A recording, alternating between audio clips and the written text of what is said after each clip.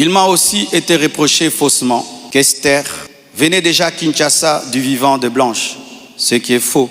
Vous pouvez aller à la DGM, c'est seulement le mercredi. Elle est venue quand? Mercredi qu'elle est venue. Et d'ailleurs, quand elle est arrivée à l'aéroport, la DGM devait l'amener parce que c'était sa première fois. Je l'ai rencontrée après le départ de Blanche au travers d'un ami. Avant cela, je ne la connaissais pas. On ne se connaissait pas. Et on dit que j'allais souvent au Canada, plus de 10 fois. De toute ma vie, je suis allé au Canada que 2 fois, pendant que Blanche était vivante. Et après, j'ai voulu aller, je n'ai pas eu le visa. Ceux qui font mes démarches de visa du Canada sont là. Je ne suis même pas allé 3 fois au Canada dans ma vie.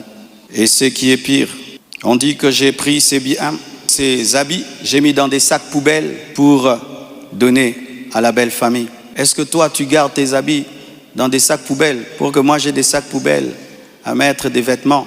On a mis ces habits dans des valises et dans des gros sacs parce qu'il y en avait beaucoup. Quand ils sont venus prendre les habits, ils ont cru qu'il y en aurait quelques-uns. Il n'y avait pas assez de place dans leur voiture. J'ai dû leur prêter même un bus pour amener les habits. Il y avait au moins 4 grandes valises et des grands sacs. Les sacs là qu'on utilise quand on a trop de vêtements. Mais ce ne sont pas des sacs poubelles. Plus de 6, si j'ai oublié. J'ai même la photo, je compte parce qu'il faut être précis. C'est ça, 4 valises et 1, 2, 3, 4, 5, 6 grands sacs. Et si certains doutent, je vais vous envoyer tout ça au président des départements. Vous aurez ces photos. Tout ça, pourquoi? Tout cela n'est rien d'autre qu'un chantage motivé par l'appât du gain, car cette personne me dira, donne-nous l'argent, nous avons des voices, sinon nous allons te détruire. Tout ça, c'est un chantage motivé par l'appât du gain. Pourtant, malgré tout, j'étais disposé, je suis disposé à donner 250 000 $ par respect pour Blanche et pour sa famille et pour la paix. Mais je ne peux pas accepter l'injustice d'une exigence démesurée de 800 000 $. Comme je vous dis toujours, cette église n'appartient pas à mes enfants. J'ai investi 26 ans de ma vie dans cette église, mais rien n'est à mes enfants. Qu'est-ce que mes enfants auront? Les quelques biens que j'ai, c'est à eux. Ils ne viendront pas un jour vous déranger ici. Et donc je ne peux pas donner par peur ou par chantage ce qui est à eux. Ils diront, tu es quel genre de père? Et l'église, ce n'est pas nous. Et ce que tu as n'est pas à nous. Je ne le ferai pas. C'est pourquoi j'aimerais dire aux veuves et aux veufs, ne vous laissez pas dépouiller. Ce que je prêche, je le vis.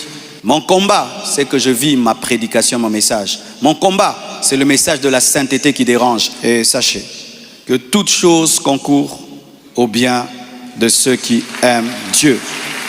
Romains 8, verset 28. Je rends grâce à Dieu pour toutes mes épreuves et tous mes combats.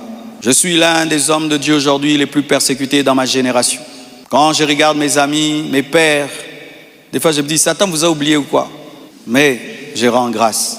Ça fait de nous une église 4x4. Les gens sont étonnés. Comment cette église n'est pas morte? D'ailleurs, ça grandit. On vous insulte, vous allez à l'église. Vous allez mercredi, vous allez vendredi. Venez 25 matins, une église 4x4. Car ce qui ne te tue pas te rend fort. Et avec Dieu, nous ferons des exploits. Alléluia! Ce message est l'avant-dernier que je ferai à ce sujet. Après le suivant, dans des mois, pas 25 matins, je vous laisse tranquille, les mêmes équilibres, profondeur. Après, une seule chose après. Et puis, on n'en parlera plus. Ceux qui voudront croire, croiront. Mais sachez que moi et vous, nous devons continuer à bâtir comme Néhémie, une main à l'œuvre et l'autre sur l'épée. À bon entendeur, salut, que Dieu vous bénisse abondamment.